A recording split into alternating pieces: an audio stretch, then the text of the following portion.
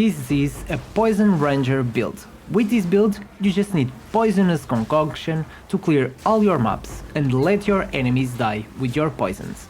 And when facing a boss, throw your Eye of the Winter next with Poisonous Concoction and see that big bar going down. Don't forget to subscribe. Hello guys, my name is Will, welcome to one more video about Path of Exile 2. This time we are talking about poison builds with the Pathfinder, one of the Ranger Ascendancies that we are playing at the moment. So with this build, pretty easy, you just need to use basically two skills, Poisonous Concoction and Eye of the Winter, and that's all you need. Poisonous Concoction, you just need to spam it while you're clearing all the maps, and Eye of the Winter, when you face a boss, you just need it because you can increase your damage with that. Sometimes, if you want, you can use Vine Arrow, but you don't really need it. It's just an addition I did, but just to make it simple, Poisonous Concoction, Eye of the Winter, and that's all you need. This build at the moment is not that expensive. I would say it's a budget build. Of course, if you invest more on this build, it will be much better. You will have more evasion, more energy shield, and more damage. To start explaining this build, we're gonna start with the skill gems, which is one of the most important parts of the build. At the moment I'm not level 90 yet, so to let you know, when you reach level 90, it's when you get the 5th slot on your Poisonous Concoction, alright? And this way we can slot one more skill here. So I will tell you which skill you should use on the 5th slot when you get to level 90. So on Poisonous Concoction, this is the skill you will use most of the time. You just need to spam it, and you can use a few support gems here. So we can use Scatter Shot, and you guys will notice without this it's 61,000, with this is 39,000. But the thing here is this will reduce your damage by 20%, but it will fire 2 additional projectiles. So each projectile will do almost 40k, which means you'll fire 3 projectiles in total, so it's 3 times this. So it will be 120,000 damage instead of being 61,000. So this is really worth it. Then we have Martial Tempo just to increase our attack speed. We have Chaos Infusion to increase our chaos damage, because after all we are just doing chaos damage, because poison is also chaos damage. We have this +1 level to support chaos skills, and when I reach level 90, I'm gonna use the Bursting Plague.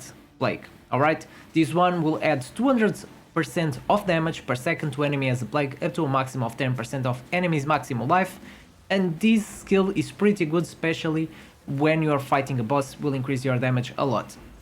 Then we have the Eye of the Winter. You only need this one when you're fighting a boss.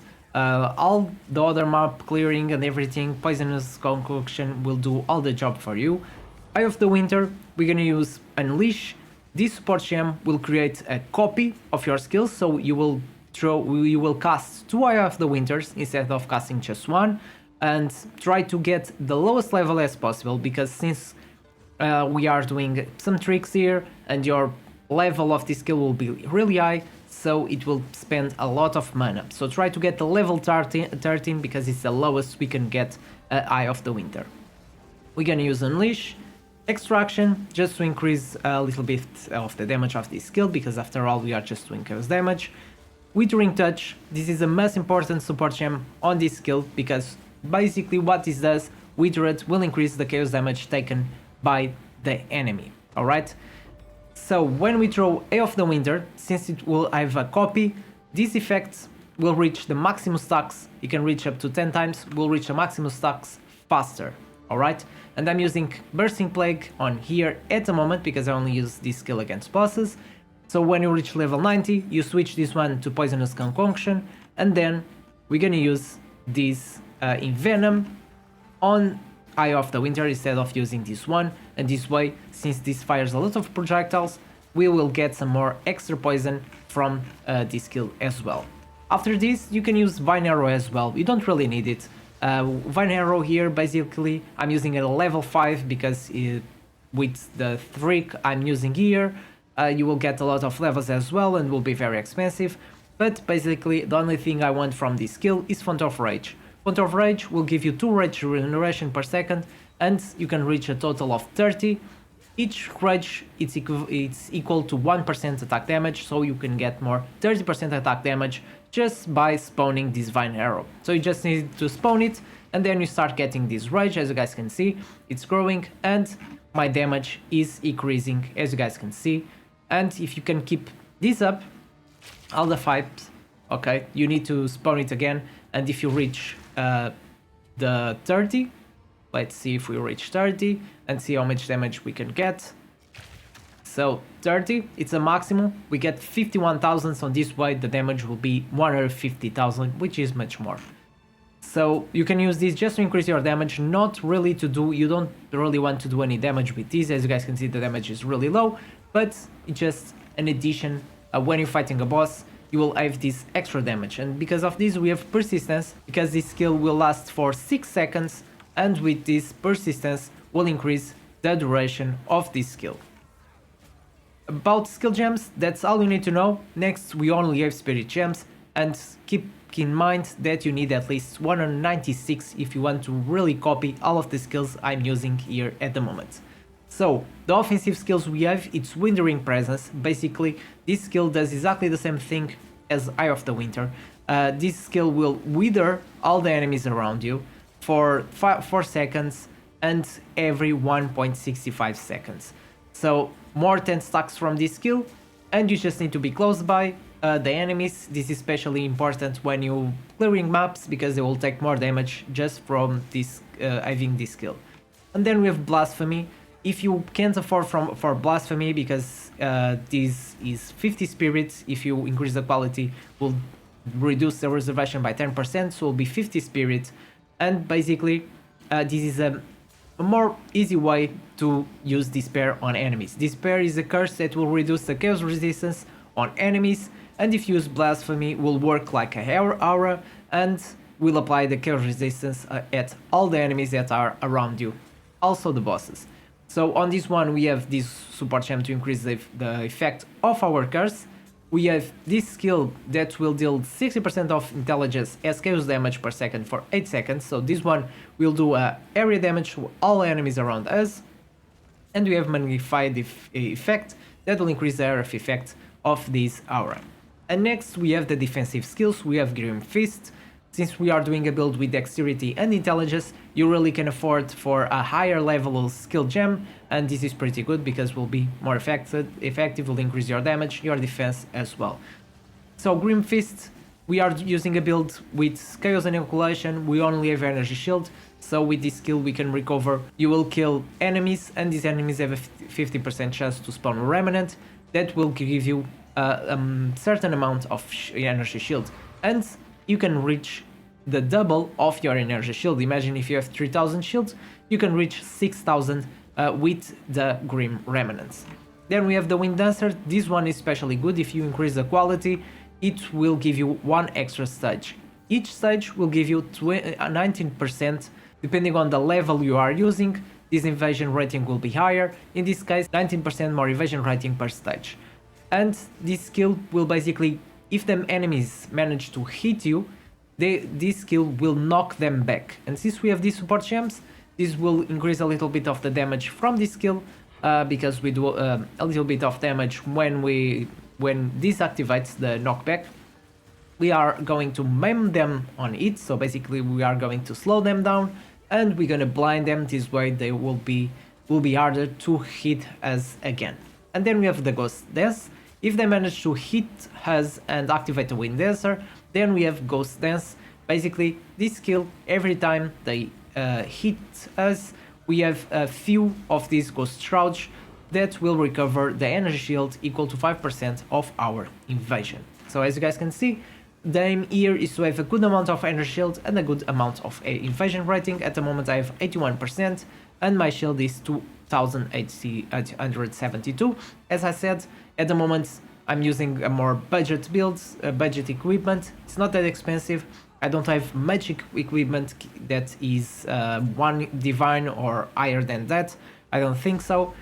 Probably Widow Isle was around 1 divine probably. Yeah, probably some of my gear will be around 1 divine or less. So if we check here, 1, 2, 3, 4, 5, 6, 7, 8, 9, 10, 10 maybe. So it's around 9, 10 divines, which is a budget build, especially that we are almost on the end of this season. Let's call it season, because probably we will have a reset. We'll see. But at this point, we already played a lot of months, and a lot of people that have been playing have more resources and is more cheaper now. So this is all you need to know about the skill gems. Next, let's have a look to the passive tree, and this one is a tricky one. So about the ascendancy, pretty easy. You want to get the poisonous concoction, and then getting these poisons, double the number of your poisons, and to spread. So since we have contagions, contamination, you don't need Herald of Plague, because this skill will already spread the poison to other enemies. If you use Herald of Plague, the only thing it's gonna do is to increase this distance that will spread, alright? And then we have these skills here. These ones here will grant us passive skill points, so these ones will grant 6 more passive skill points. So starting with the passive skill points here, we have these ones that will increase our projectile damage. Then these ones are very important, that will increase our bonus from the quiver. As you guys can see, have this unique, so you really need a good quiver. I'll talk about the stats and everything you need to know about the quiver. It's really important to have a good quiver with this build. So we are using these nodes, and you guys notice I am using End of the Wisdom as well, and because of that I have a lot of dexterity and intelligence, and since we use a lot of skill gems and spirit gems that require intelligence, this is very useful for this build. So everything complements together.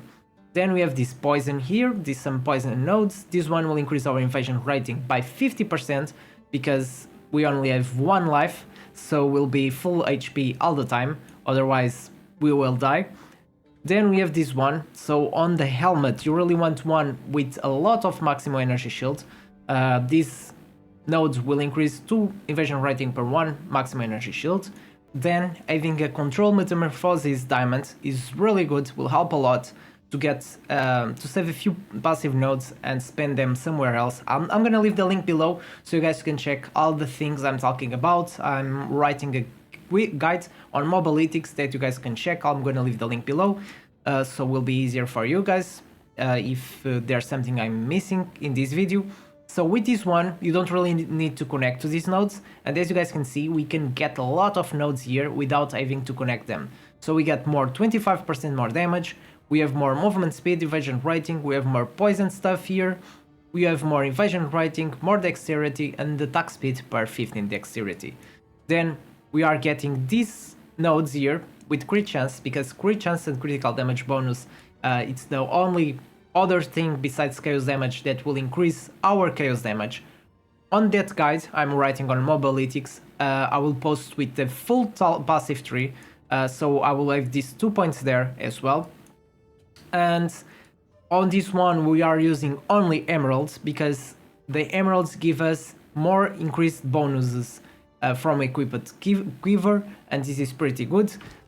Talking about the quiver, as you guys can see, I've placed the level of all projectile skills, critical hit chance, and other stuff, and with this bow it will increase the bonus you get from that. So you really want to get as much as possible bonus from that, because that level of projectiles will multiply depending on that percentage of bonuses gained from the equipped quiver. Having magnitude of poison is pretty good as well. Having critical hit chance, critical damage bonus, evasion rating, all of those are pretty good, and I'm gonna write that down on that mobalytics guide, so you guys can have a look and know what I'm talking about. Then we are going to this side and get all of these nodes with chaos damage, these ones with poisons. This one here is for your charges from your mana flasks. So as you guys know, Poison's Concoction will use charges from your mana flask. With this node here, we'll have 20% chance from flasks to not consume charges, and this way you will have more charges to spend. You will only notice that you'll spend a lot of charges when fighting a boss, because when you're killing while you're clearing maps, basically when you kill enemies, you will recover charges and you will not notice your mana flasks being empty. But I'll show you the mana flask I have and the one you should get, and you should be fine with these nodes as well. Then we are using this one because we don't have HP, so using life flasks we can recover our shields. We have this one, so at the moment I have a chest, a body armor with evasion rating and energy shield, but ideally you want to get one with just evasion rating and spirit as well, because with the spectral ward you get more energy shield depending on much evasion rating you have on your body armor, and this way if you have more evasion rating will increase your evasion as well. Then we have more critical hit chance here, alright? We have more critical nodes, one more emerald. Regarding the installation we are using Spaghettification, is the best one you can use with this build. Will increase your attributes, will increase your chaos damage and movement speed, so really good one. Then we get more critical hit chance here, and then you want to complete this one here. I've not completed yet because I invested all the nodes on critical hit first, but you want to get these ones that will increase your chaos damage, and this one will increase the effect of the Withered. Withered is a thing I talked about that will increase the damage the enemy take, the chaos damage they take. So one more emerald here, as you guys can see, critical hit, projectile damage is a good one as well, and magnitude of damaging element if lit with critical hits, because we are building a lot of critical hit as well. And finally we have this one that will increase maximum energy shield and intelligence. So as you guys can notice, and now talking about the equipment we are using Wand of the Wisdom. If you can't afford for a Wand of the Wisdom at the moment, you can use rare ones with other stats that you can check on my guide with all of that information, but ideally Wand of the Wisdom will be pretty good, will increase your attack speed and your damage, because this adds 1 to 10 lightning damage per 10 intelligence, will scale with your chaos damage, and you will do more damage with your poisonous concoction using these gloves. Then we are using Window Ale, Crude Bow, so this one basically will increase the bonus from your equipped quiver. The higher the bonus you can get here, better will be, more damage you will do, and will increase a lot the bonuses from your equipped quiver. And since we are talking about the bow, let's talk about the quiver. The quiver will be the most important thing you can have. So firstly, you really want to get the one with increased critical hit chance. They are very expensive, as you guys can see. I don't have one of those, but if you get one with increased critical, it's the visceral quiver, it will have this one, the implicit, with critical hit chance, alright? And if you get with critical hit chance on the suffixes as well, then this bow will multiply that in critical hit a lot. So this way you will have much more critical hit chance just by having a visceral quiver with a suffix of critical hit chance. Then critical damage bonus is a really good one as well, and +2 level of all projectile skills is a mandatory modifier to wave, alright? You really want to wave this one, because with this bonus from here and from the emeralds in your passive tree, this will multiply the level of projectiles, and as you guys can see, at the moment I have +10 levels from global modifiers, so I'm having more 10 levels that will increase my damage a lot on my projectile skills, and that's why we need to use the Eye of the Winter on the lowest level, because it will increase the amount of money you need to spend to use this skill. So this is about the quiver. Then if you have any of the damage, physical, fire, cold, everything will scale with your chaos damage. Then the helmet, as I said, energy shield, attributes, really important, especially energy shield. You really want to have a big energy shield on this piece of equipment. On the amulet, you really want to have spirit to wave all of these skills is very important. And then maximum energy shield, it's another piece of equipment where you can get more energy shield. All attributes will be really good because this will increase your dexterity and intelligence at the same time. On the rings, you really want to find something with chaos damage. The rings are one of the unique items that you can get more chaos damage and this way scale your damage. Then intelligence or dexterity is pretty good, but you really want to focus on your resistances as well, and if you have an extra damage to attacks, that should be fine, but the only thing we really want is the chaos damage, resistances, attributes. Those are the important things. You really want to cap your resistances at 90 at least. All right, I have 91, 95 and 88 here, so this one is a bit lower, and I say 90 because some of the maps you will have 15% lower resistances, and you can only, it caps at 75, so if you have that 15 reduced, will be still 75% resistances. Then we have the body armor. As I said, try to look for one full of evasion rating, like more than 2000 ideally, and with spirit as well. Again, a body armor with evasion rating as spirit is very expensive, and that's why I'm using this one, just because it's cheaper, and I didn't want to spend that much on this piece of equipment.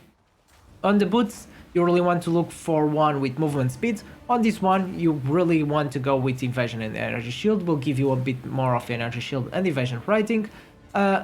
Resistances, again, very important. Rarity at this point of the end game, you really want to look for rarity. And then we have the belt. This one is really important. The only skill that is really mandatory on this piece of equipment is the reduced flask charge used. So it will reduce 25% of the flasks I'm using, and this way I can cast Poisonous Concoction a lot more. Then some resistances, just to complement your resistances and cap them, that's really important as well. If you can get some mana as well, or rarity, it's pretty good for your build. Then for the life flask, just get one that gives you a lot of life, because you will have a lot of energy shield. And for this one, again, this one is very important as well. You really want to find one with increased charges. Normally, this one has increased charges as well, but normally they have around 81. So I used this, I tested this one before. The ultimate, the Melting Maelstrom, this one only has 75, alright? But this one has 127, alright? So it's much more, and this way you will have much more charges to spend, especially when you're fighting a boss. You don't need to worry about using all your charges and not killing a boss, alright? Of course, if you have more damage, you don't need much charges, but all of that will depend on how strong is your build, your equipment. The stronger it will be, the easier it will be for you to do all the bosses and content on any difficulty. As you guys been watching on my gameplay, I did clearing maps pretty easy. I did the hardest difficulty, so full modified map with delirium, and I did breaches. I did all of the types you could imagine of maps, and it's pretty easy to clear all the maps without much struggle. When fighting bosses, the bosses you've been watching and you are watching now, I was fighting, they are all +4 difficulty. So on your Atlas passive tree, the more you fight those bosses, you can increase the difficulty. So as you guys can see here, all those map bosses, they have 1, 2, 3, 4 extra difficulty. Alright, so they will have more HP, and that's why probably you are watching me taking just a little bit longer to kill them. If it was a normal boss, then it will be almost one shot, but since it's a +4 difficulty, it takes a bit more. And then you're watching the bridge boss, this one +2 difficulty. Of course, they have more HP, more life. This build works well with them as well. Of course, if you want to fight a +4 difficulty, it will take a bit more to defeat that boss. It still works, this build, but will take a bit more, and that's why I'm saying at the moment this is a budget build. If you invest more on your gear, if you buy something better, a better quiver, a better bow with more increased bonus gains, if you find a better quiver to fit on this equipment, a better chest, there's a lot of things you can improve on this build basically, especially the bow and the quiver and the jewels as well, and this will give you much more damage, and this way will be much easier for you to do all the contents. But at the moment it's a budget build that you can play all the end game and reach +4 difficulty, and it's a pretty easy build that you can use playing Ranger Pathfinder. Alright, if you guys have any question, comment below. I'm gonna leave the link below with the Mobalytics guide. Hope you guys enjoyed this video, and if you did, don't forget to leave that like and subscribe to my channel for more content about Path of Exile 2. Thank you so much for watching this video, and see you next time.